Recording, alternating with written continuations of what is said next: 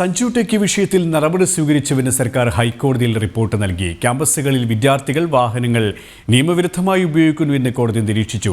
പ്രിൻസിപ്പൽമാർക്ക് നിർദ്ദേശം നൽകാമെന്ന് സർക്കാർ മറുപടി നൽകി. ഇവരുമായി രേഷ്മ ബാബു ചേരുകയാണ്. രേഷ്മ, ഈ ഒരു സംഭവത്തിൽ എന്ത് നടപടി സ്വീകരിച്ചുവെന്നാണ് സർക്കാർ കോടതിയിൽ വ്യക്തമാക്കിയിരിക്കുന്നത്? കോടതിയുടെ നിരീക്ഷണങ്ങളും ഇത്തരത്തിലായിരുന്നു.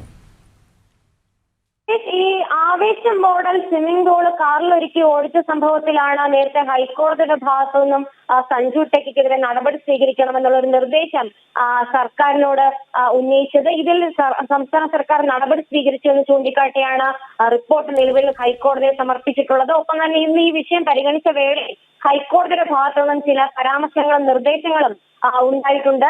ഈ സംസ്ഥാനത്തെ പല ക്യാമ്പസുകളിലും വിദ്യാർത്ഥികൾ വാഹനങ്ങൾ നിയമവിരുദ്ധമായിട്ട് ഉപയോഗിക്കുന്ന ഒരു സാഹചര്യമുണ്ട്. റിക്കവറി വാന്, ട്രെയിൻ പോലെയുള്ളവ ക്യാമ്പസുകളിൽ കൊണ്ടുവരുന്നുണ്ട്. ഇത് അനുവദിക്കാൻ പാടില്ല. ഇത് സംബന്ധിച്ച് പ്രിൻസിപ്പൽമാർക്കും അതാത് വിദ്യാഭ്യാസ വകുപ്പ് ഉദ്യോഗസ്ഥർക്കും നിർദ്ദേശം നൽകണമെന്നും സംസ്ഥാന സർക്കാരിന് സർക്കാരിനോട് കോടതി പറയുകയും ചെയ്തിട്ടുണ്ട്. നിലവിൽ ഈ പ്രിൻസിപ്പൽമാർക്ക് നിർദ്ദേശം നൽകാമെന്നാണ് സർക്കാർ അഭിഭാഷകൻ വ്യക്തമാക്കിയിട്ടുള്ളത്.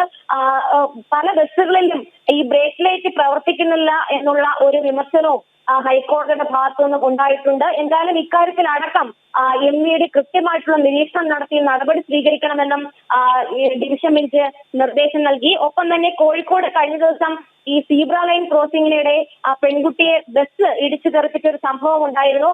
ഇക്കാര്യങ്ങളിൽ മാധ്യമങ്ങൾ നൽകിയ ദൃശ്യങ്ങൾ അത് ശ്രദ്ധയിൽപ്പെട്ടുവെന്നാണ് ഹൈക്കോടതി പറഞ്ഞിട്ടുള്ളത്.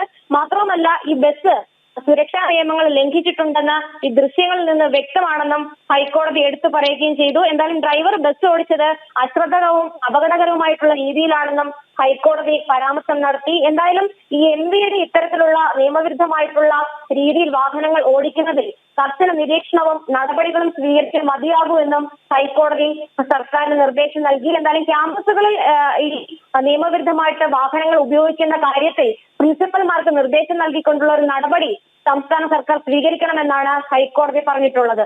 സുരേഷ്, കൊച്ചിയിൽ നിന്നും രേഷ്മ ബാബു ആണ് വിവരങ്ങൾ നൽകിയത്.